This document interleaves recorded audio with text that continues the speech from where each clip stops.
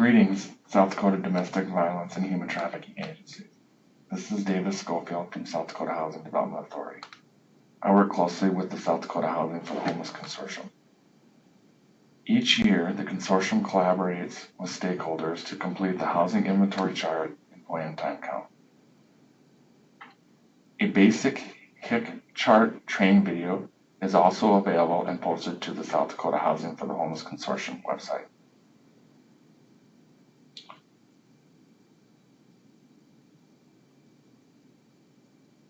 The DV PIC count is completed separately from non-DV PIC count, and this is due to confidentiality.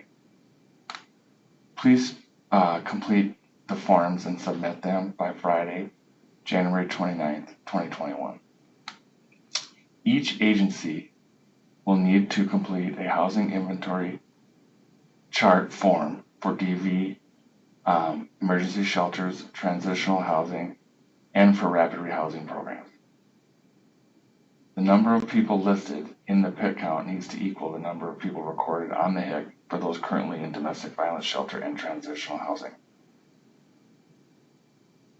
Rapid rehousing programs are recorded on the housing inventory chart, but the folks in those rapid rehousing programs are not considered homeless due to HUD regulations, so they're not included in the point-in-time count.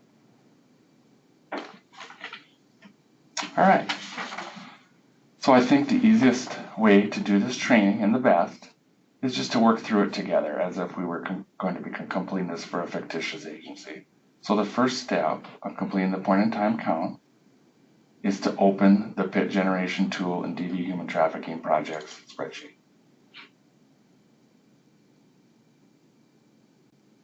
All right, so now you can see the spreadsheet. Should be on your screen. The first step in completing this is to enable content. Next, we need to fill out this really very basic information. Some of these are in drop-down boxes, which makes it really easy. So for the state, of course, we're in South Dakota.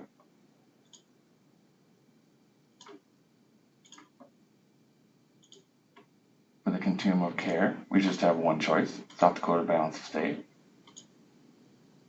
For our date of the PIC count, as you recall, it was January 26th, 2021. Okay, and for our organizational name, this is where you'll put your organizational name. We're going to do our fictitious organization as ABC Shelter Services. In the project name, and in our case, we're going to do an emergency shelter. Our project name will be ABC DV. Now, next we need to record what type of project this is, and as we said, this is an emergency shelter. So the front piece is now completed. The next step is that we go click on the tab, which is Enter Clients. And this is where the actual spreadsheet is. So this is where the data and information will be recorded, which will eventually generate a PDF. Which will be returned to South Dakota Housing. Now, keep in mind that this spreadsheet will create a PDF that is free of identifying information. So we're going to work through this process together. What I suggest doing is, organizing your shelter or transitional housing folks into households first. Have that ready to go, and then complete the questions. So it asks for first names and last names, date of birth. To be honest, you can just put initials in here. That's what I generally do when I work with groups, even though there'll be no identifying information shared for what is produced from this. But for another layer of safety, you can definitely do that. So we're gonna start with that. We're gonna start with the head of household for the first family in our shelter, and we're gonna say that. So this is client ID 1, first name, as you see on the screen. We're gonna say here. It's Elizabeth, we're just going to use initials, and her last name is Johnson. Date of birth, really the important thing here is that we know the year, so the actual date of birth isn't so important. So what I usually is just generally, again, for an extra level of safety, is I just put generic actual month and days in, and then make sure the years are correct. So this is an individual, say that's 30 years old, or thereabouts, born in 1990. So the important thing is just the age in years, not the months. Gender, this is the female. These are questions that should be asked of the folks in shelter, or you can use your computer system if you capture this. Ethnicity, your choices really here are Hispanic or non-Hispanic, don't know or refused. In our situation, the woman reports that, hey, I'm Hispanic, and her primary race is Asian. She doesn't report any secondary race. This is a really important spot here. This is where we want to make sure all the same households are recorded in the same list. This is how we keep track of that. So for our example, this becomes household 1 for our shelter. And we know that this individual has 2 other children. So we're just going to go ahead and put some place savers here, so that we know that this is the same household that has 3 members. We want to make sure we get all 3 members into this household. So the first person we're working on is the parent of this household. So relationship to head of household is self. Chronically homeless. Now, a lot of folks don't fit into the category for chronically homeless, but some folks do. In order to be chronically homeless, people need to have a recognized disability, and that needs to be coupled with time. So folks need to have a disability and have been homeless for at least 1 year, or have been homeless for a total of 12 months over a 3-year period. And you can have 4 different breaks in the homelessness. So rather complicated explanation. Generally, in my experience, most domestic violence experiencing people don't fit into that category, but some do. And in our case, we're going to say, no, she does not meet that criteria. But she is a veteran. She served her country. She denies any substance abuse or mental illness. And she reports she's not HIV or AIDS. She does not have that diagnosis. The DD survivor is already filled in, so that's there. So now what we would do is fill in information for the children. A lot of times what I do is just go ahead and put this right away to keep that spot saved too. Because we know these are going to be the 2 children. So I just put child in there. So again, we can work with the names or the initials. We're going to say her first name is Rebecca Johnson again, and we're just going to use initials. She is about 10 years old, born in 2010, or actually be 11 years old, wouldn't it? And it's a female. Her mother says, yeah, she's also Hispanic. Her primary race is Asian. And remember, as we go, no secondary race is recorded. Our household number is 1 because we want to keep this household all together and make sure we record it that way. And then for children, we don't need to answer all these questions. We only answer all these additional questions for adults. Okay, so now we work on the 3rd child. And his name is, we'll say, Danny. And he has the same last name. And this child is younger. He was about 6 years old. And he's a male. And again, his mother tells us, he's Hispanic. That's his ethnicity. And our race is Asian. So that is 1 household completely done. So let's work now on a single adult. There's a single adult in the shelter. Her name is Mary, and it's Mary Smith. So I'm just going to use those initials. She's about 20 years old.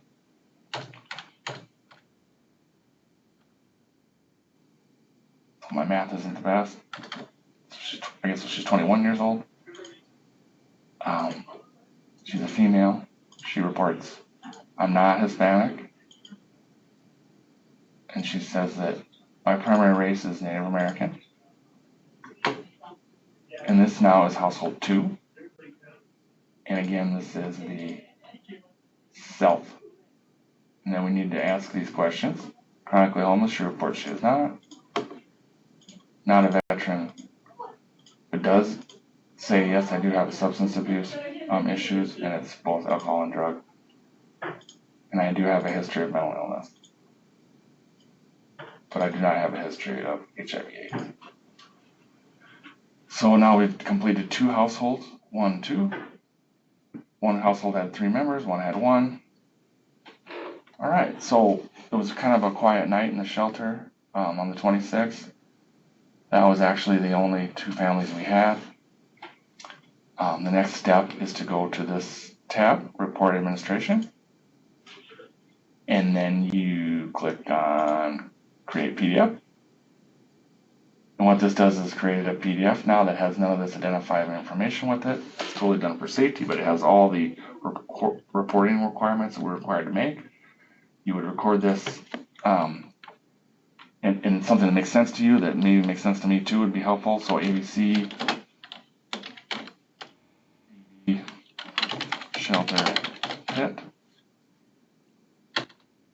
and save it where you can find it easily.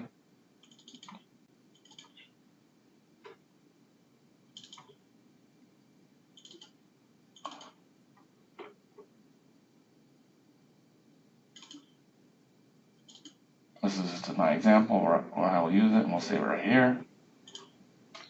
Okay. So now what we do is we go back to our email.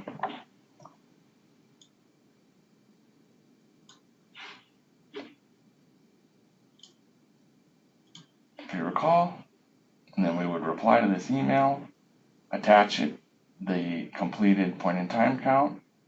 I can't reply to this, so I guess I would do a new email here.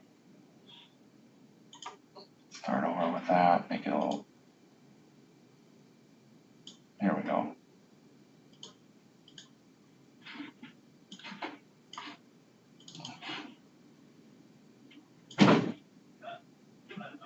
And we would, send this to Davis.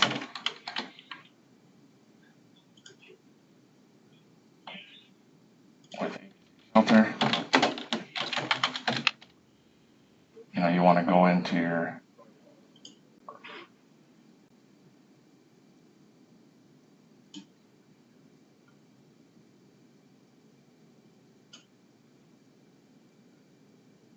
email and make sure you did it correctly. I just opened this so you can see it. You can see that there's no, this is just totally demographic information by households. Households of at least one child. Remember, we had the family with 1 child, 3 persons in it, and 2 children. This is where this is recorded.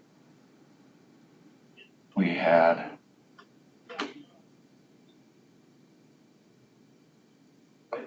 households with only children. We had no households with only children, right?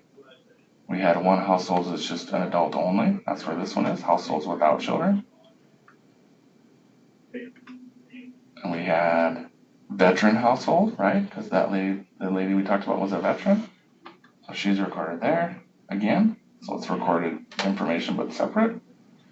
And then this says unaccompanied youth. We had unaccompanied youth because of the age of that single person. Remember, she was between the ages of 18 and 24, so she's also found here. And then the end, this is special populations, right? We have the domestic violence issue for the adults, which is recorded, the serious mental illness, and the substance abuse, as you recall. So there you have it. That's that completed. We would just attach this along with our completed housing inventory chart.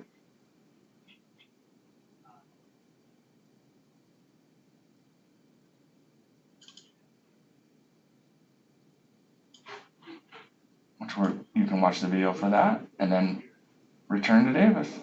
Again, there's no identified information. It's as safe as we can make it. Another way we try to be safe is we have just the fact that I will be the one that will communicate with the DV shelters and the human trafficking agencies as well, and that's just another layer of safety. So there you have it. That's the 2021 Domestic Violence and Human Trafficking PIT and HIC training. Thanks a lot for your time. We appreciate it.